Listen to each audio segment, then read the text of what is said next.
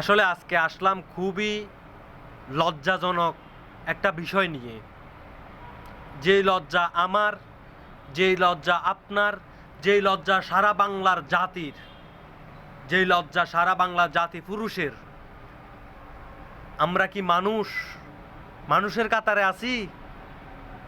আজও কি আমরা কি নিজেকে পুরুষ হিসাবে দাবি করতেছি? আমরা কি আজও কি কোনো মায়ের গর্ভ থেকে জন্ম নিয়েছি এটা দাবি করতেছি? তাহলে যদি আমরা মায়ের গর্ভ থেকে জন্ম নিয়ে থাকি, তাহলে কেন আমরা প্রতিবাদ করতেছি না? বাংলাদেশে কেন দর্শনের বিচার হচ্ছে না? কেন বাংলাদেশের দর্শনকারী এখনও বিন্দাসভাবে ঘুরতেছে? কেন সে এখনও বেঁচে আছে? কেন প্রতিবাদ হচ্ছে না? আপনার জায়গা থেকে আপনি একটু প্রতিবাদ করুন। যে দর্শনকারী দর্শন করছে সেই কখনো আপনার বন্ধু হতে পারে না, সেই কখনো আপনার ভাই হতে পারে না, সেই কখনো আপনার সন্তান হইতে পারে না, সেই কখনো আপনার সাংগঠনের কোনো লোক হইতে পারে না, কোনো কর্মী হইতে পারে না, কোনো নেতা হইতে পারে না, সেই কোনো আপনার সমাজের কোনো ব্যক্তি হইতে পারে না। তাকে দেখা মাত্র আঘাত করেন, তাকে দেখা মাত্র পাথর মেরে মেরে ফেলেন, তাকে মেরে ফেলেন, তাকে হত্যা করেন। আমি মনে করি এরকম 2, 4, 10টাকে যদি মেরে ফেলেন, দর্শনের হার অনেকটাই কমে আসবে। নোয়াখালীতে কিছুদিন আগে একটা দর্শন হয়েছে, আরেকজন লোকে এটার বিচার করছে 20,000 টাকা দামে, 20,000 টাকা দিয়ে একটা বিচার মুখ বন্ধ করতে চাইছে। আরে ভাই, আমার একটা প্রশ্ন, উত্তর দিয়ে যান। একটা মেয়ের সতীত্ব আপনি কোটি টাকা দিয়ে ফিরিয়ে দিতে পারবেন? আপনি কিভাবে এই বিচার করলেন 20,000 টাকা দিয়ে?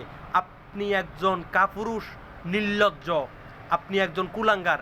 আপনার কাছে যখন সে বিচার জন্য গেছে, আপনার কাছে যখন বলছে যে আমি একটা মেয়েকে দর্শন করছি, এটার মুখ বন্ধ করে দেন, তখন সাথে সাথে আপনার দরকার ছিল তাকে মেরে ফেলার। আপনি তার বিনিময়ে টাকা 20,000 দিয়ে আপনি ওই মেয়ের ফ্যামিলির মুখ বন্ধ করতে চাইছেন। এগুলা কোনো বাংলাদেশের শৃঙ্খলা ফিরিয়ে আনতে পারবে না। আমি মনে করি একমাত্র দর্শন কমে যাবে যদি আপনি আপনার জায়গা থেকে প্রতিবাদ করেন। কিছু মানুষ বলতেছে পোশাকের কারণে, যে পোশাকের কারণে দর্শন বেড়ে গিয়েছে। আমি মনে করব পোশাকের কারণেই কখনো দর্শন হতে পারে না। যদি পোশাকের কারণেই দর্শন হয়, তাহলে ইউরোপের মেয়েরা অর্ধ উলঙ্গ হয়ে হাঁটে, তাহলে তারা বেশি দর্শন হওয়ার কথা ছিল। অ্যাটলিস্ট বাংলাদেশের নারীরা পুরোপুরি ল্যাংড়া হয়ে হাঁটে না, অন্তত গায়ে ওড়না না থাকুক, পুরো জামাটাই হলো থাকে, পুরো জামা থাকে, তাহলে সেই কেন দর্শনের শিকার হবে? আর কয়জন উলঙ্গ মেয়ে দর্শন হয়েছে আমাকে দেখান, আপনারা পারবেন না। অ্যাটলিস্ট যারা বলে পোশাকের কারণে দর্শন হয়েছে, এটা ভুল। যারা বলে প্রশাসনের কারণে দর্শন হয়েছে, এটা 50% রাইট, আবার 50% ভুল। বর্তমান প্রশাসন কোনো কথা বলতে পারতেছে না। যদি প্রশাসন কথা বলতে যায়, তাহলে প্রশাসনকে মানুষ মানতেছে না, প্রশাসনকে মানুষ গুরুত্ব দিচ্ছে না, প্রশাসনকে মানুষ দাম দিচ্ছে না, যার কারণে প্রশাসন কিছু বলতে পারতেছে না। প্রশাসনকে আপনার গুরুত্ব দিতে হবে, প্রশাসনকে দায়িত্ব করার মতো সুযোগ দিতে হবে, তাহলে প্রশাসনের কাজ প্রশাসন করতে পারবে। তাহলে এখানে প্রশাসনের দোষ নাই, দোষ হলো আমার আর আপনার। আমি আমার জায়গা থেকে ঠিক থাকি, আপনি আপনার জায়গা থেকে ঠিক থাকেন, আপনি আপনার জায়গা থেকে প্রতিবাদ করেন, তাহলে দর্শনের হার কমে যাবে। প্রশাসনকে সহযোগিতা করতে হবে আপনাদের। এখন প্রশাসন কি করবে? দেখা গেছে যে দর্শন করছে, ওই দর্শনকারী মামা, চাচা কিংবা খালু, যে কোনো একটা রাজনৈতিক সংগঠনের লোক। প্রশাসনকে কল দিয়েছে, মুখ বন্ধ করে দিয়েছে। এখন প্রশাসন যদি ওখানে কথা বলতে যায়, তাহলে প্রশাসনের চাকরি নিয়ে সমস্যা কিংবা বিভিন্ন অভিযোগ প্রশাসনের নামে উঠে যায়। তাহলে এখানে প্রশাসনের দোষ না, এখানে রাজনীতিক এবং সাংগঠনিক যারা আছে, নেতাকর্মী বড়, তাদের দোষ আমি দিব।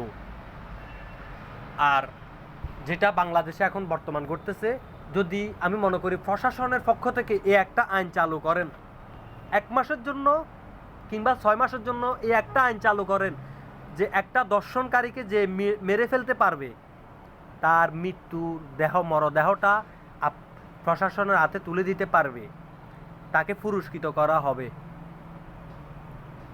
একবারে 100তে 100% গ্যারান্টি 1 মাসের ভিতরে দর্শনের হার কমে যাবে। এখন আমার প্রশ্ন হয়েছে আমার প্রশ্ন হয়েছে আপনাদের কাছে, জাতির কাছে, জনগণের কাছে, পুরুষদের কাছে, মা বোনদের কাছে, আপনার কি লজ্জা করে না যে দর্শন করেছে তাকে আপনি আপনার ভাই হিসাবে পরিচয় দিতে?